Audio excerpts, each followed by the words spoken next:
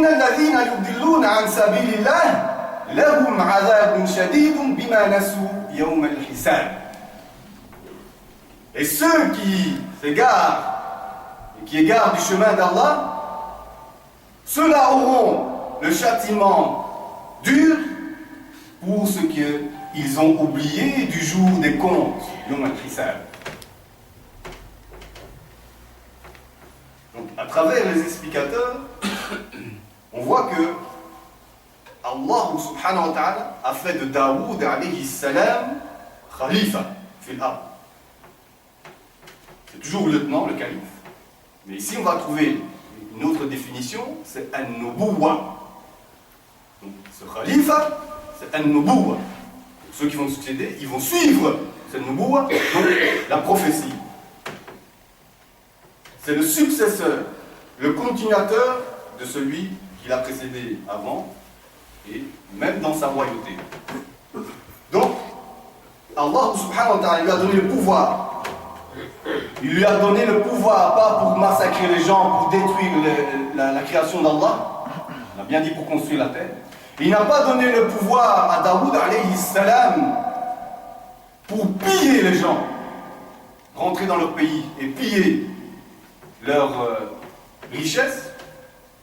Écoutez, il a donné le pouvoir à Daoud alayhi salam pour qu'il commande le bien et interdise le mal.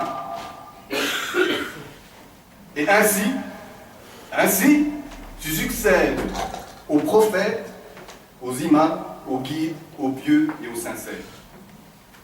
Pourquoi nous avons pris, on vit passer le verset Kuntum khayra ummatin ukhrijat lin-nas ta'muruna bil ma'ruf wa tanhauna 'anil munkar.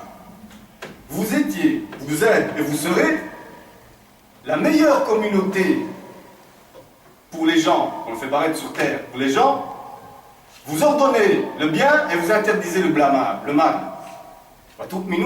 Et vous croyez en Allah subhanahu wa ta'ala.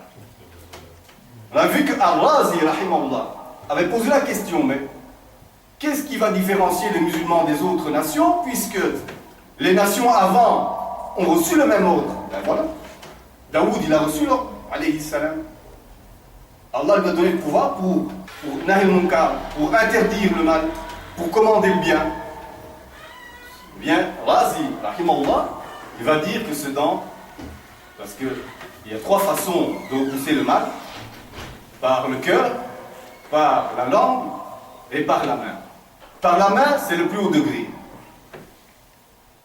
Et le fait qu'Allah subhanahu wa ta'ala est établi le djihad comme une adoration et sa place dans la législation islamique très importante, c'est ce qui va différencier donc ces croyants, ces musulmans des autres nations qui les ont précédés. Al-Ma'rouf, les explicateurs coraniques disent que c'est Al-Tawhid et Al-Nubuwa.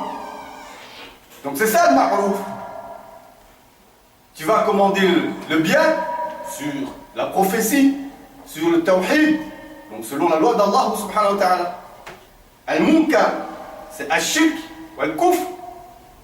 Donc tu vas interdire l'associationnisme à Allah et la mécréance en général.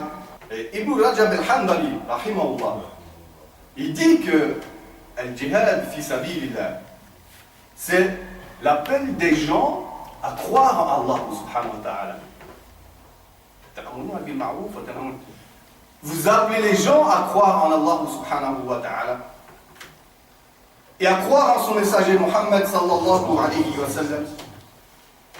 Alors, on a vu qu'il y a trois étapes: le cœur, la langue, la main, soit par le sable, soit par la langue.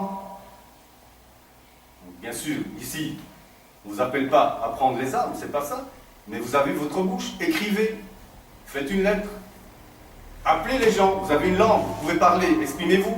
Eh bien, ce djihad rehausse la parole de l'iman et l'islam.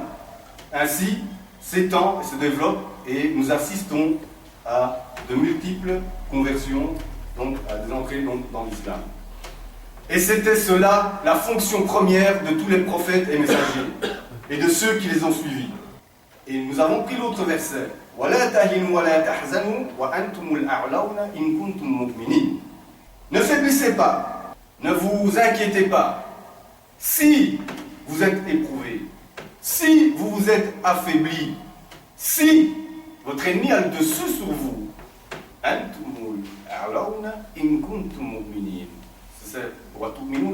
c'est ça l'exception, la règle. Si vous êtes croyant, que vous fassiez tuer, que vous fassiez mettre en prison, que vous fassiez humilier,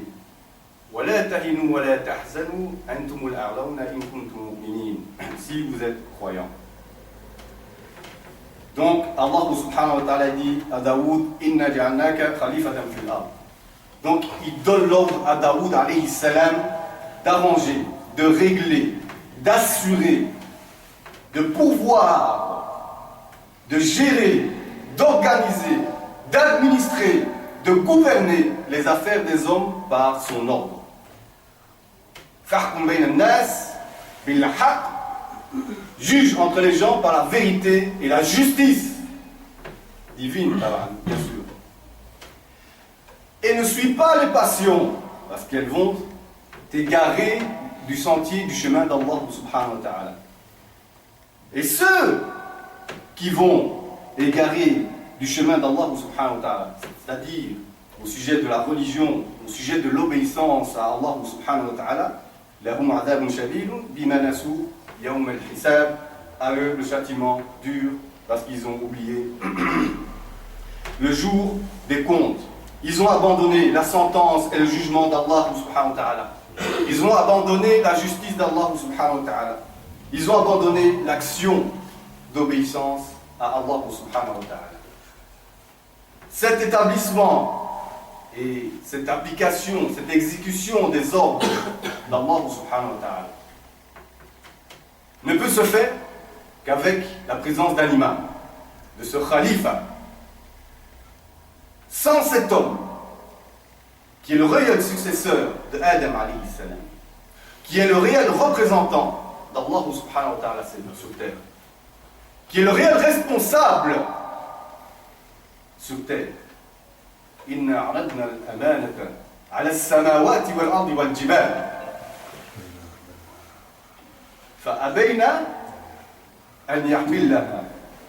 Et ils ont refusé de supporter l'amana que Allah a présenté à la terre, aux cieux, aux montagnes. Wa ashfaqna minha. Et ils ont eu peur de cette amana. Wa hamalaha al-insanu. Et l'homme, lui, il a supporté, il a accepté. Donc, les premiers successeurs, le calife, et après lui, c'est al-ulama. Ce sont nos savants, ce sont les savants dans la religion, qui sont les réalités, les héritiers des prophètes, alayhi salam.